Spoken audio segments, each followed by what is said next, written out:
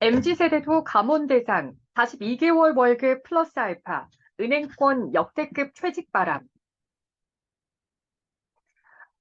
가장 최대 실적을 달성하고 있는 은행권이지만 역설적이게도 역대급 감원 바람이 불 전망입니다. 4대 은행 퇴직자 규모가 2,000명을 넘어설 것이란 관측입니다. 급격한 디지털 전환으로 점포 방문자 수는 급감했고 경기 침체에 대한 우려가 높습니다. 과거의 감원이 불가피한 상황에서 꺼내든 고육책이었다면 지금은 정례화 경향을 보이고 있습니다. 29일 은행권에 따르면 KB국민은행은 지난 28일부터 희망퇴직 신청을 받기 시작했습니다. 대상은 1967년부터 1972년생, 만 50세까지입니다. 최종 퇴직자는 퇴직특별금과 특별퇴직금, 근무기간 등에 따라 23에서 35개월치의 월평균 급여뿐 아니라 학기당 350만 원, 최대 8학기의 학자금과 최대 3,400만 원의 재취업 지원금, 본인과 배우자의 건강검진, 퇴직 1년 이후 재고용 기회 등을 받습니다. 신청은 1월 2일까지입니다. 우리은행도 관리자와 책임자, 행원급에서 각 1974년과 1977년, 1980년 이전 출생자를 대상으로 희망퇴직 접수가 진행 중입니다. 1967년생의 경우 24개월치, 나머지는 36개월치 월평균 임금이 특별퇴직금으로 책정됐습니다.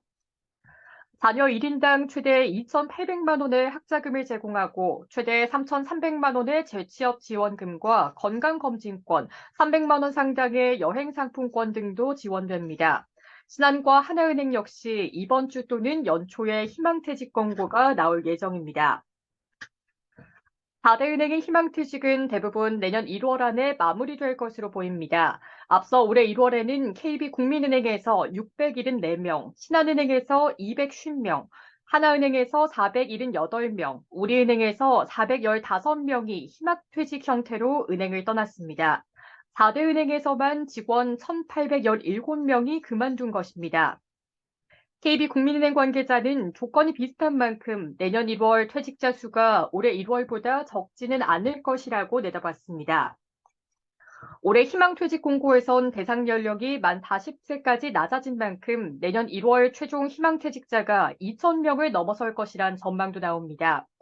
은행들은 역대급 실적을 거둔 만큼 직원들에게 유리한 희망퇴직 조건을 내세울 수 있어 인력 순환에 적기로 보고 있습니다. 실제 NH농협은행은 지난달 18일부터 희망퇴직을 신청받았는데 최종 퇴직자 규모가 약 500여 명에 달했습니다. 지난해보다 70명 이상 많은 규모입니다.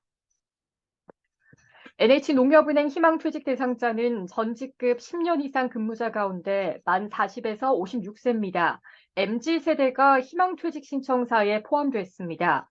보상 규모는 지난해보다 11개월치가 늘어 월평균 임금의 20에서 39개월치를 지급할 방침입니다. 수협은행도 모든 직급 15년 이상 근무자를 대상으로 희망퇴직 신청을 받았습니다. 보상 규모는 최대 37개월치로 심사를 거쳐 오는 30일을 희망퇴직자를 최종 확정합니다. 지방은행 중에서는 BNK 부산은행과 BNK 경남은행이 지난 1일까지 신청을 마쳤습니다. 10년 이상 근무자에 대해 월평균 임금 32에서 42개월치를 지급합니다. 은행권에서 시작된 희망퇴직은 증권사 등으로 확산될 전망입니다. 먼저 부동산 프로젝트 파이낸싱 비율이 높은 중소형 증권사들이 구조조정에 착수하는 모습입니다. 금융권 관계자는 과거 희망퇴직 대상이 주로 50대 이상이었다면 이제 40대 이하로 그 이상 확대되고 있어 내년 고용 한파는 더 심각해질 것 같다고 내다봤습니다. 금융권 일각에서는 희망퇴직에 대해 부정적 시각도 감지됩니다. 업계 관계자는 은행들이 지난해 사상 최대 실적을 달성했음에도 비용 절감에 급급해 인력을 줄여나가는 모습을 보니 씁쓸하다면서 금융지식에 박한 행원들을 무조건 퇴출시키기보다는 재교육을 통해 중소 중견 기업의 시종관리 등의 전문적인 업무를 맡기는 방향으로 방법을 강구해야 한다고 강조했습니다.